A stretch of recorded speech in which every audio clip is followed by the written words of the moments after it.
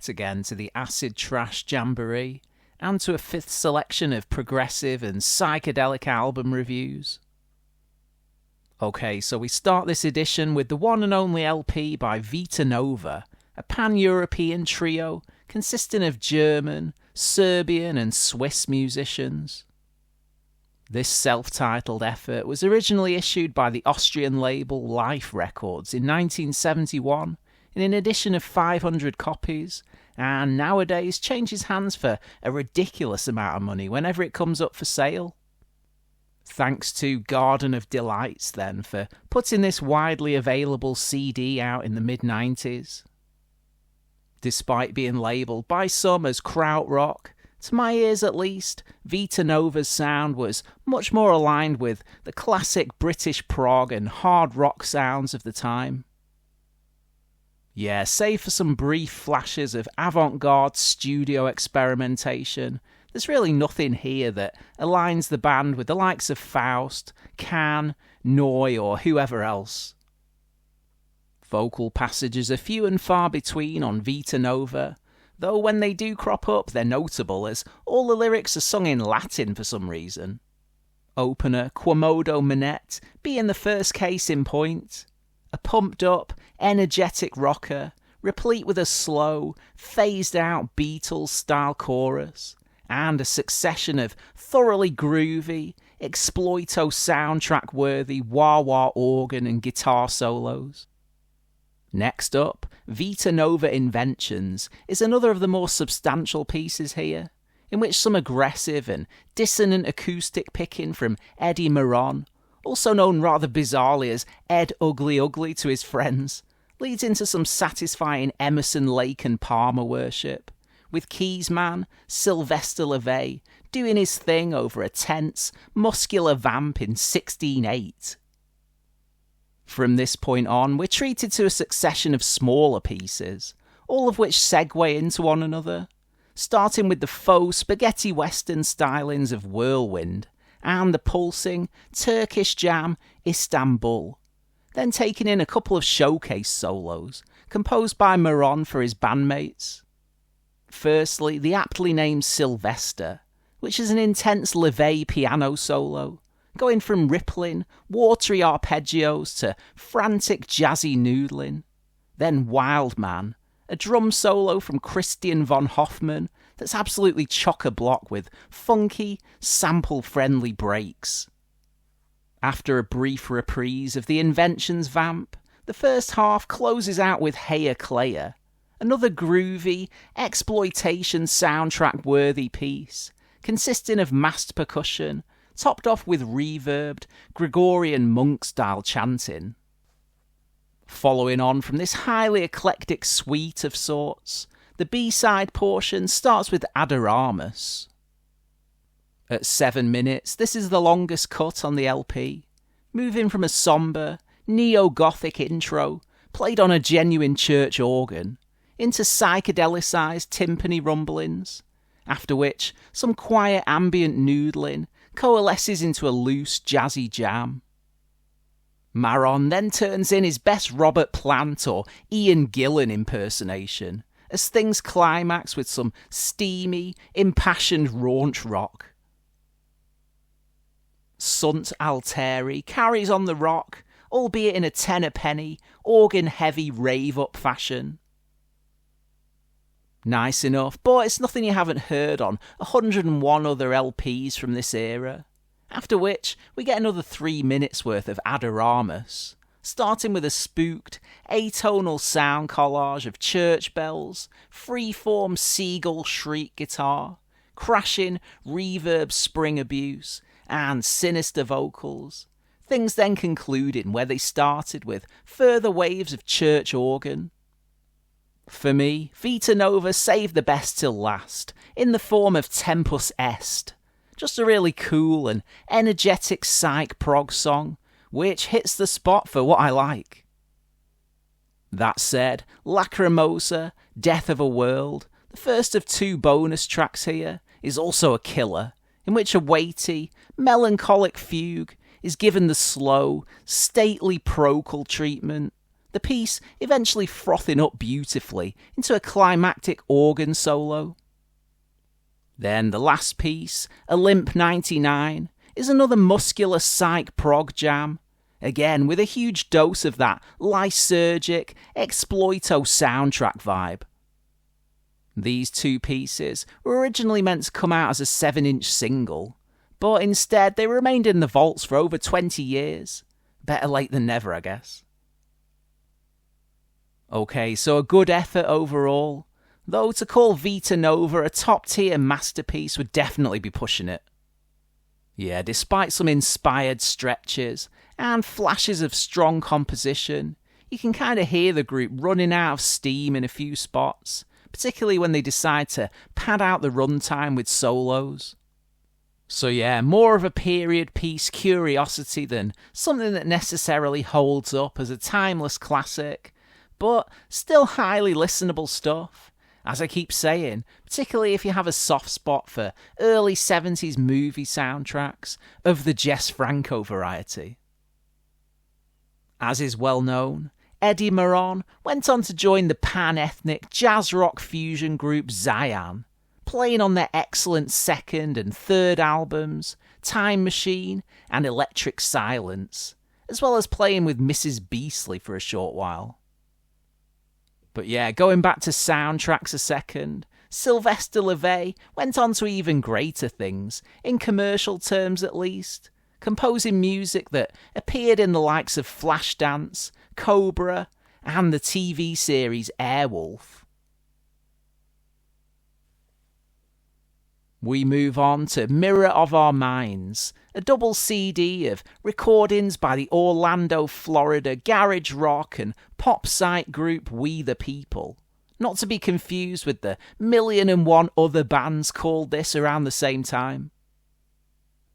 Whilst this 40-track compilation is comprehensive, covering everything they recorded between 1964 and 1967, including pre-We the People single sides, as well as rough demos and unreleased stuff. For some reason, it's presented non-chronologically, leading to a certain amount of audio whiplash, with naive early tunes popping up out of nowhere in amidst the group's later, more sonically interesting efforts.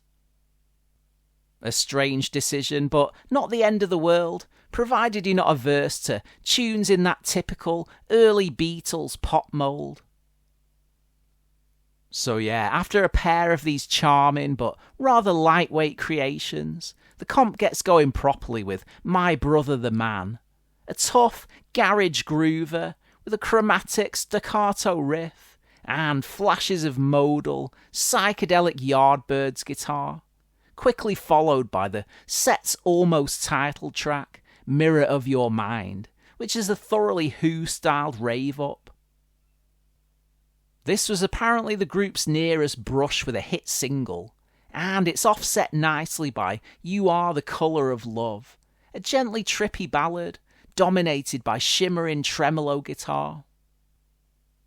The next few tunes zip by in a mostly pretty upbeat fashion, taking in the chiming folk rock of the Rod Argent composition, She Does Everything for Me, the rinky-dink Kinks knockoff, He Doesn't Go About It Right, and snotty garage grinders like By the Rule, and the much-comped You Burn Me Up and Down, only really pausing for breath during Look at the Girls, a pretty successful attempt at marrying glowing, harmonically rich Beach Boys-styled chords to a laid-back, rubber soul-era mop-top beat.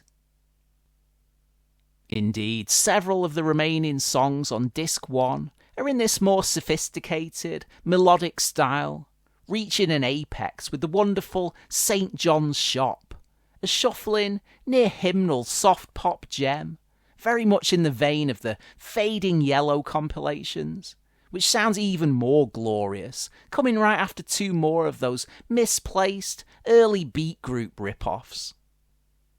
That said, there's an even better version of this one on the second disc, replete with orchestration, though this slightly more low-key version is still a delight. Okay, the second disc gets underway with When I Arrive, which appears to have been the B-side of the last single released during We the People's lifespan. This pulsing, garage psych gem sounds like a not-too-distant cousin of The Who's immortal classic I Can See for Miles, and is completely at odds with the crummy, horn-drenched soul pop of Ain't Gonna Find Nobody Better Than You, the A-side of that same 7-inch, which crops up towards the end of the CD. Yeah, see what I mean about the weird, mixed-up track order? However, the previously unreleased No No Boys incorporates horns into the group's sound a lot more successfully for my taste, the tune being another gritty, psychedelically inclined mid-pace work, as well as the aforementioned fully fleshed out version of St. John's Shop, and the much trippier take of Look at the Girls. For me, the highlight of this disc is In the Past, a tense, uptight minor key folk rocker, which sits on a delicate bed of chiming harpsichord, and is punctuated with a restless lead guitar figure, which references everything from surf and klezmer music to Greek and Turkish folk melodies in its twitchy, rapid-fire delivery. Elsewhere, we find Follow Me Back to Louisville, a sunny, upbeat, almost proto-Crosby, Stills and Nash tune, which apparently the group weren't fond of at all, as well as half of Wednesday, another one with an extremely cool twangy lead guitar motif, plus the swinging, carefree pop whimsy of Fluorescent Hearts, and a clutch more rough demos and early Mersey beat knockoffs. So yeah, I'd be here all day if I was to witter on about each and every song here, and no one wants that, so I'll wrap up by saying that both discs are of pretty similar quality, with just a handful of stinkers on each. If you're not down with it, or you've grown weary of the done-to-death US garage rock sound, rest assured that We the People's take on it was, in my opinion at least, quite a bit more interesting than much of the bog-standard, three-chord stuff from around the same time. Okay, so we finished this selection with Nuclear Nightclub, the fifth album by Wigwam, released in 1975. Now, despite being one of the most celebrated groups from the Finnish rock scene, of which I consider myself a fan, for some reason, Wigwam mostly eluded me till just a few years ago, and even now, I'm still woefully behind in checking out much of their catalogue. When I first heard their name, I was hoping they'd turn out to be one of those monolithic, primitive free festival jam bands, along the same lines as Trad Grassock Stenar from Sweden perhaps. Though yeah, everything I've heard so far couldn't be further from that heavy, dirty sound. Yeah, from what I can gather, despite always featuring elements of pop in their diverse sound palette, Nuclear Nightclub seems to be the point where the band fully embraced commerciality, a move which apparently paid off, leading to good sales. But does the album hold up, almost 50 years after its initial release? Well, for my tastes at least, it definitely took a few spins for Nuclear Nightclub to win me over and to keep it off the resale pile. And yeah, I'm still not fully convinced by all of it. The title tune, getting things off to an iffy start, with its soft, sentimental hybrid of yacht and roots rock. To my ears, this mostly sounds like a hokey imitation of The Band, whose tunes Wigwam did actually cover at various points, albeit with some pleasing flashes of George Harrison-style dissonance in the chorus, which just about saved the song from the trash heap. Thankfully, things improve markedly with Freddie Are You Ready? Now, despite the daft title, hinting towards it being some horrible novelty tune, like the very similarly titled Boogie Woogie Throwaway by ELP, this is actually a rather pleasant soft prog effort, along the lines of cool bands like Kestrel and later period Froop, with muted synths and eccentric touches of Bowie and Roxy music in some of the vocal delivery. Whilst at its heart, it's very much another gooey slice of pleasant, phased keyboard-heavy soft prog. Bless Your Lucky Stars does manage to increase the intensity slightly, with its galloping, 12/8 feel, and occasional dramatic neoclassical figures. Then the weary, Mott the Hoople-esque ballad Kite ups the ante further, with an unexpectedly raunchy, feedbacking guitar solo, breaking through its melancholic piano and synth strings-dominated structure. Again, very much in the vein of Modern Masquerades by Froop, one of my all-time favourite albums.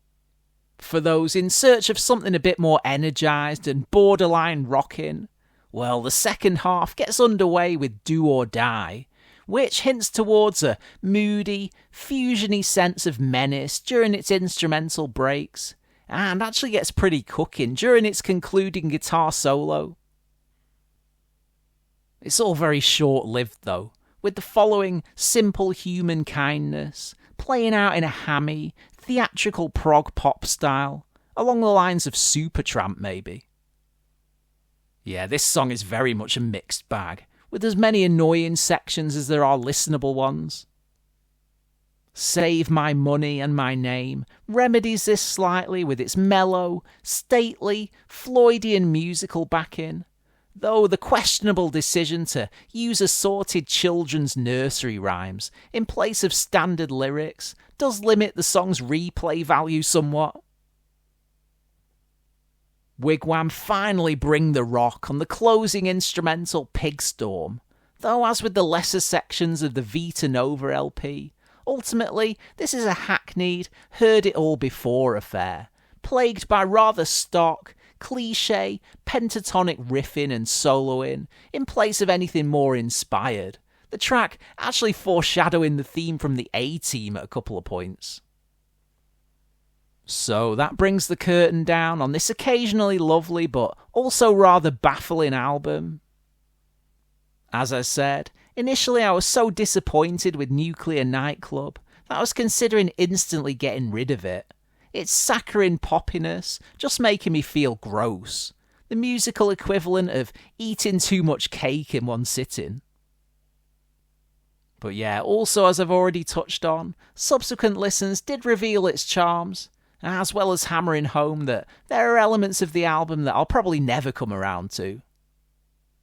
Surprisingly enough, in spite of its patchiness and overt commercial leanings, Nuclear Nightclub has somehow evaded the critical mauling that similar career move LPs by other prog bands have suffered down the years, and is pretty much as highly rated as their previous two, which, from what I've heard, are way more underground friendly. But not to worry, Nuclear Nightclub is far from the worst album of all time, and is certainly worth keeping around for its better tracks, so it's not a complete write-off by any means. Okay, so that wraps up another diverse selection of prog and psych goodness.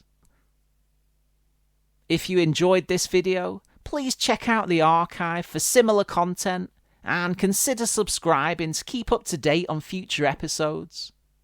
Thanks for watching, and I'll catch you again soon on the Acid Trash Jamboree.